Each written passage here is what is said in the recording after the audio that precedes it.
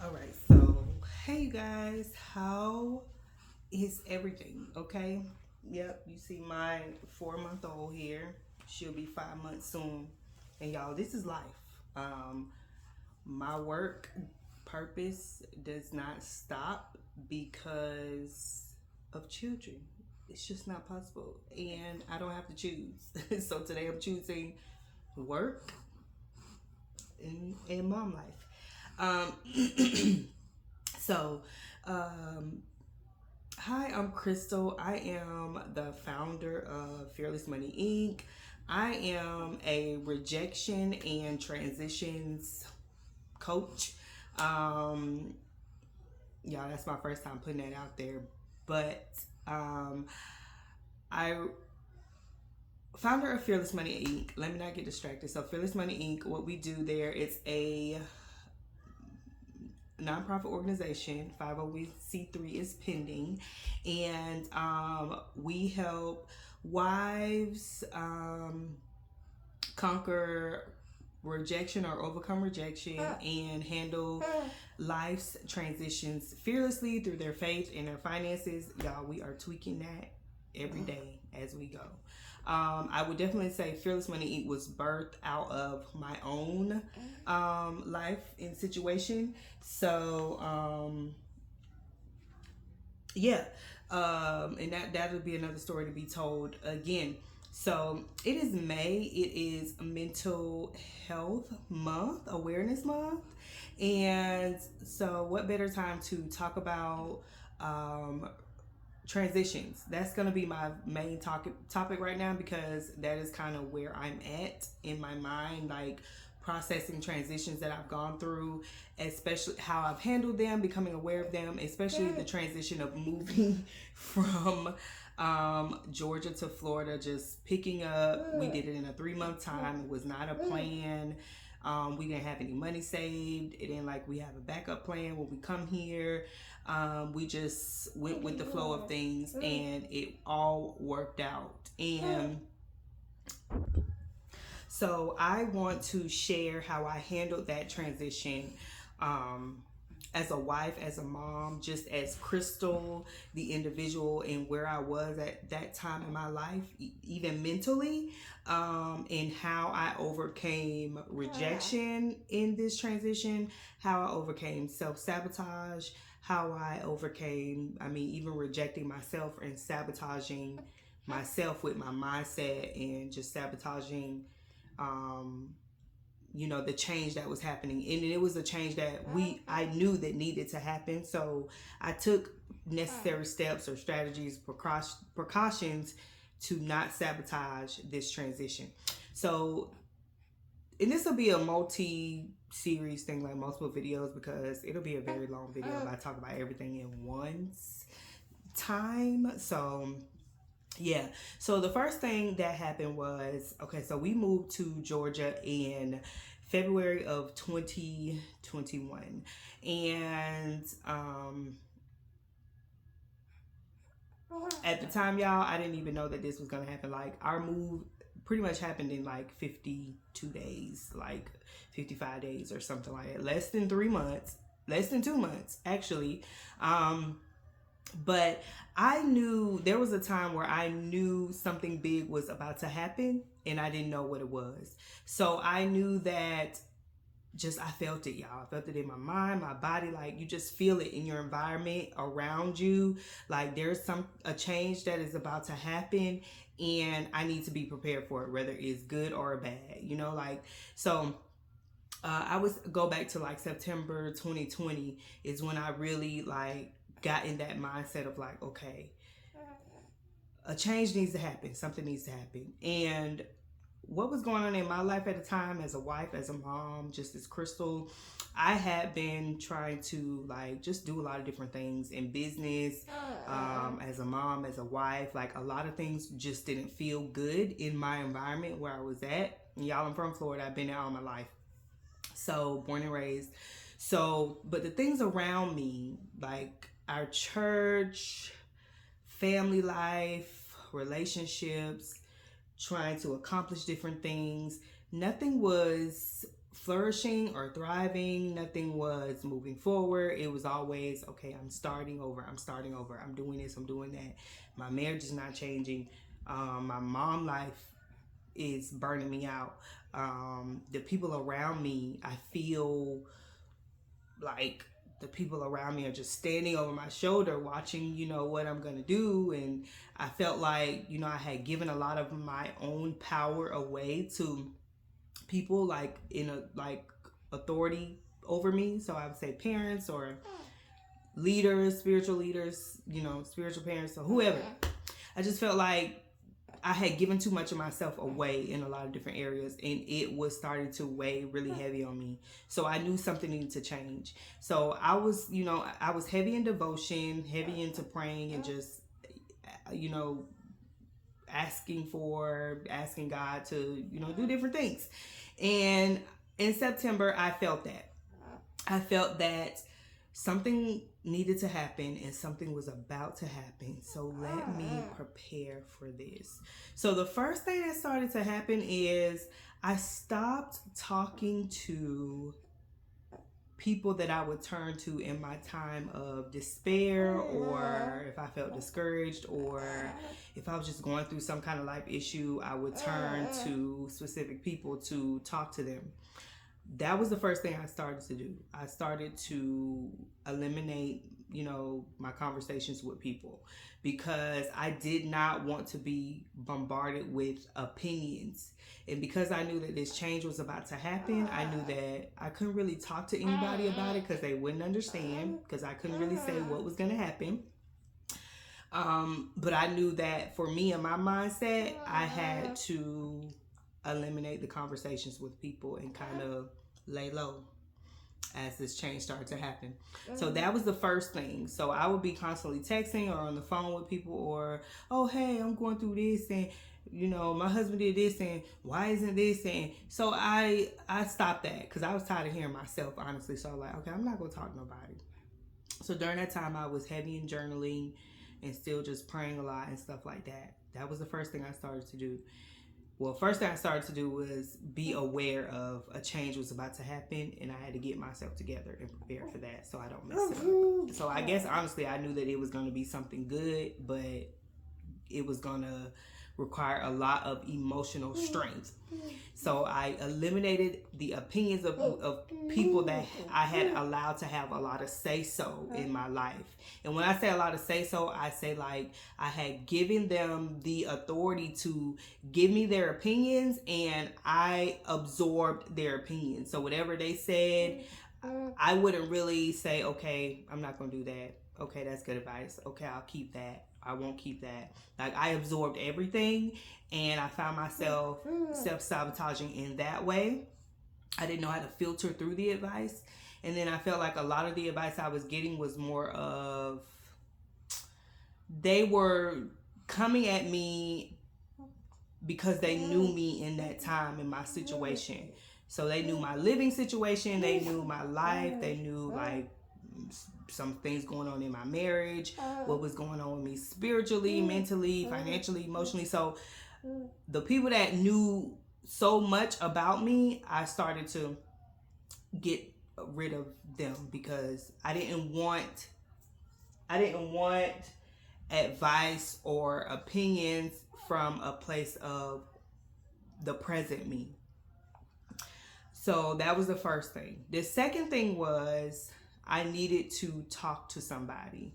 But I was still in prayer. I was still, just in my bubble. I kind of just took myself away to build up the courage of guarding my heart whenever this change showed itself. And so this is September. So October, I was still kind of laying low, not talking to anybody too much. Still journaling a lot, praying a lot, assessing my life a lot, and just building up the mental courage, the emotional courage for the change. Okay, so the next thing in that, me being aware that this change was about to happen, that was October, still laying low. Of course, talking to my husband about a lot of things, or, just coasting it. telling myself like, Crystal, don't mess this up. Don't sabotage this. Don't. So the next thing, in November, this was actually Thanksgiving Day.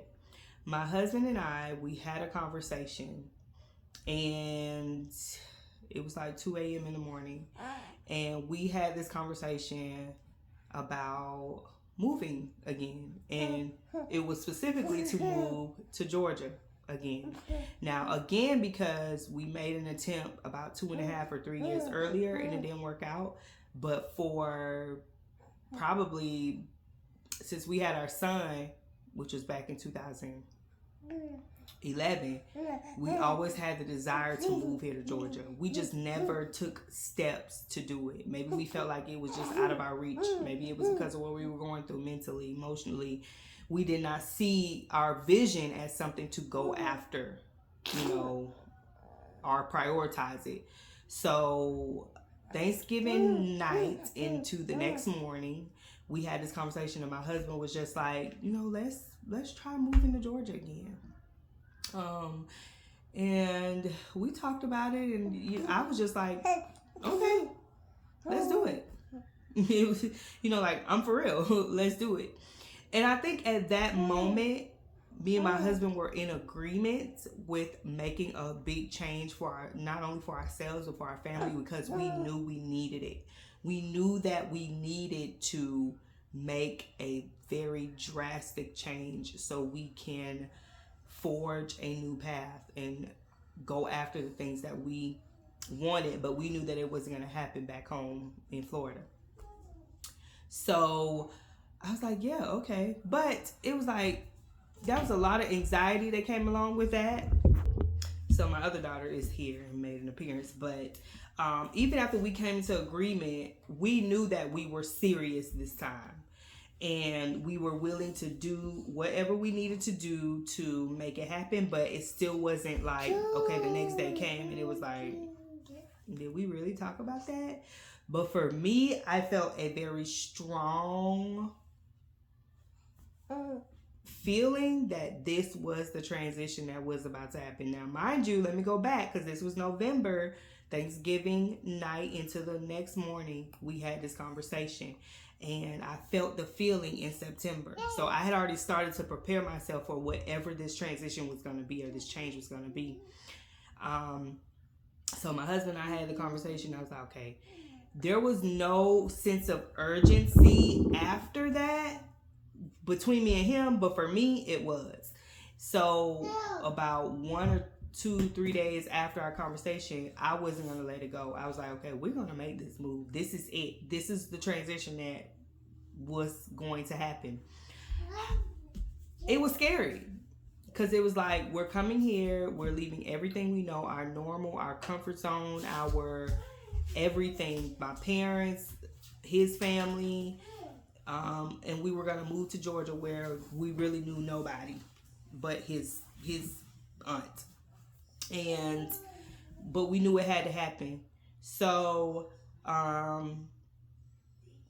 for about 3 days after that, I immediately, like I said, I felt the sense of urgency to make this happen for my family, for my husband. Now, this was a dream of my husband's for a long time, and then it became my dream. Every time we came to Georgia, it was just like, oh, we never want to go home. Georgia is such a beautiful place, and I'm still in awe of the fact that I am here. Me and my family is here, and everybody is thriving. But I did not want to sabotage, and I knew that I would have to be the one to step out on faith and begin to make the moves. So the first thing that happened after that transition, or that change presented itself, is I immediately, people that I needed to be talking to help me get through this is what I did. So I had eliminated the people that were very opinionated in my life, who I had given authority to speak into my life, and I absorbed what they were saying. And not saying it was always good, but they were speaking to me from the place of hurt and pain, and I'm complaining, I need help. They knew me as a helpless, dependable person. So I kind of scooted them to the side, and now I had gotten people, or the counsel that I needed, to help me get through this move. And it was 2 specific people. that I talked to, because I knew I could trust their voices. I knew that they would lead me in the right direction. I knew that they would not allow me to sabotage this. And I'm so grateful for those two people, because they pushed me through and they got me through the move.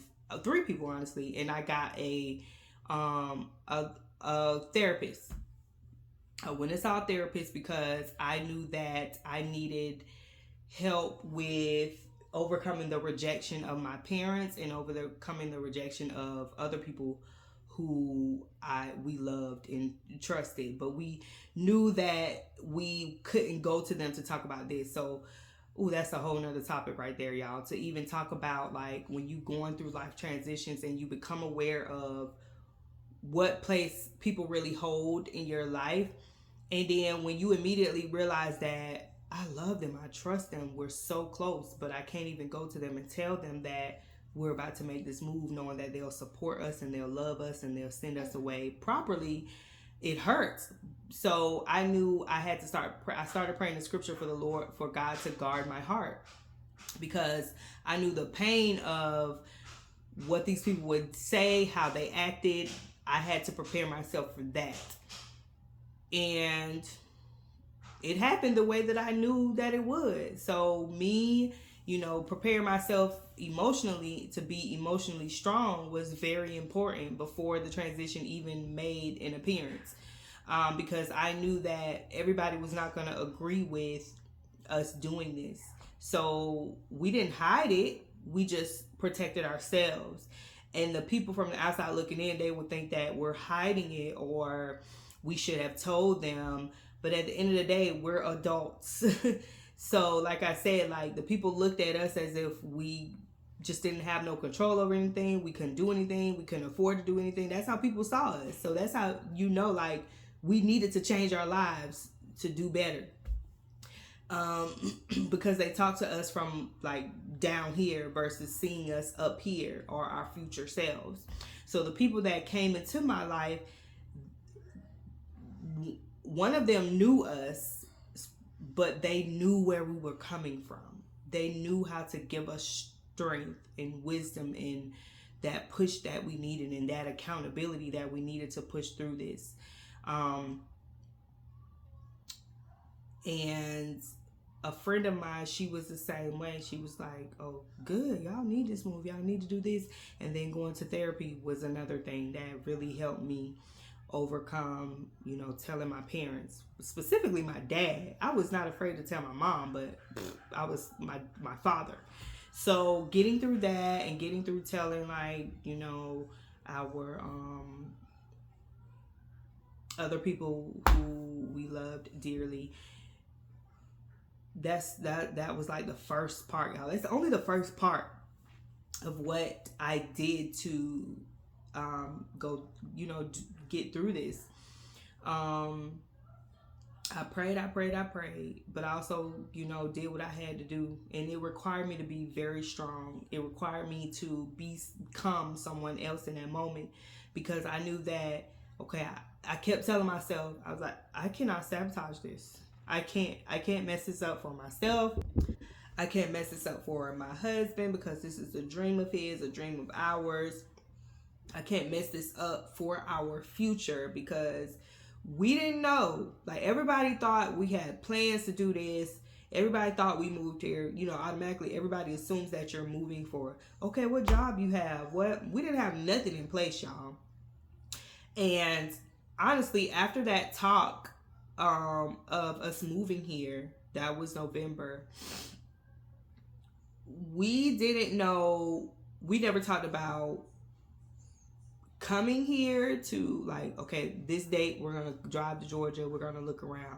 So the next thing that happened is about a month later, which was Christmas Day, and I had already began to talk to certain people when I felt the security to say, okay, I think we're about to move to Georgia and I need your help, because I don't want to talk myself out of this. And I turned to people that I had not spoken to in a very long time. And so about a month later, my husband called his family that lives here and just saying Merry Christmas and stuff like that and all of that. And then he got into a conversation that was like, okay, maybe we should start getting on top of making this move. I think if he did not make that call on Christmas Day, we probably wouldn't have moved in the way that we did. But it got us to get up on our feet and come here to look around because we thought we were coming to see a house. We came here to see a house that we just knew wasn't going to work out. And I almost got discouraged. But the last day, okay, let me rewind. So a month later, me and my husband, we didn't really talk about it, but I was doing my part on my end as a wife, as a pillar in the home and stuff like that, to not let this dream go by the wayside again, right? So that call on Christmas Day was like a push for us to get on it. We still didn't know when we were going to be able to go because my husband was working and, financially, we just didn't know how we were going to make it happen. So that was December. So in January, about 2 weeks later, we got a lump sum of money, y'all. Thank God for stimulus. Let me tell y'all, because people be rambling about they don't need no stimulus, blah, blah. I have seen the stimulus work miracles for people. Y'all, it's one specific one. She's on Instagram. Her name is Ellie. Her Instagram is Ellie Talks Money. She tells her story of how she used her stimulus, that $1,500 or whatever it was, $1,200, and she's now a millionaire in a year. Like, that stimulus from 2020 and 2021 has blessed a lot of people. And let me tell y'all something. It blessed us. So I'm so tired of seeing people talking about bashing stimulus and PPP money and all this stuff. Let me just put that as a side note. That money is blessing other people and helping them get out of their current situations. So let me put that out there because we had got a lump sum of money. We didn't know stimulus was coming, but that was the money we needed to be able to rent a car, get on the road. Why? Because we had bills to pay with my husband's income. So that allowed us to be able to rent a car, come to Georgia, look at the house we thought we were going to be living in, and it didn't work out, but we stayed for like 2 days.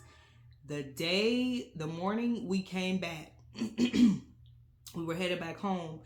I looked up, I Googled 3 apartments, and we actually looked at 2 of them, and we're actually living in the one, which was the first one that we visited. And when we got back home, I applied like 2 days later. And mind you now, I'm still staying away from those that think they know us and talking to the ones that I knew I needed. So I was still going to therapy. I went to therapy all the way up until we moved and even talked to her a few times after. And I still kept those voices in my mind, in my head, those words in my ear to keep me balanced and focused. And we came here to look at this apartment. I applied probably 2 days later, maybe. We got approved, I think, a day later. And we had plans to move when the kids got out of school, which would have been spring break, I think, which would have been April, May. And they were like, oh, we got apartments right now. We got an apartment available for February 10th. This was like a month. Like, we was like, okay, we found an apartment. I applied, yeah, but, I'm just looking for whatever they would have available in the next few months for us to move. And they were like, no, we got a 3-bedroom, exactly what you need, February 10th. I was like, what? And that's the apartment we went with, y'all. So we really had to get, still no money, still no tax time, still no, like, we're just still kind of taking it step by step, but every door began to open. And I was not supposed to be on here telling the whole story. I was just supposed to be going step by step of what I did to get through the transitions. But every door began to open. I guess this could be just a story time. Then I could go back and break it down. So every door began to open. We found the apartment. I applied. We got approved. Then it wasn't for spring break. First they said they had something, and then they were like, they called us back and was like, oh, we got something for February 10th. Do you want it? And I just say yes because like I don't want to miss this because I don't feel like we'll get another 3-bedroom. So I said yes. And they were like, February 10th. I was like, okay. So we said yes to that. And we submitted everything we needed. February 10th came, and I was just like, telling them like, okay, how long do we have to pick up the keys? Because when we pick up the keys is when we would drop our deposit and all of that stuff. So we had all of that. And they gave us till February 19th. So thank you. Where'd you find this at? So money kept coming in just by the grace of God. And we didn't have the money to get a U-Haul. We didn't, like all of this. We just went step by step. We trusted God every step of the way. We said, okay, we got approved. Okay, we're going to go pick up these keys. Okay. And even when we were on our way, we didn't even have the full deposit to pick up the keys. We just left anyway. And I trusted God. I was like, God, I know you're going to send the money while we're driving to Georgia. As soon as we crossed over Georgia's borderlines, my husband, he got a cash app for the amount of money we need. And that right there is a whole nother story. So be aware of the things that will try to come and sabotage what it needs to be done in your life.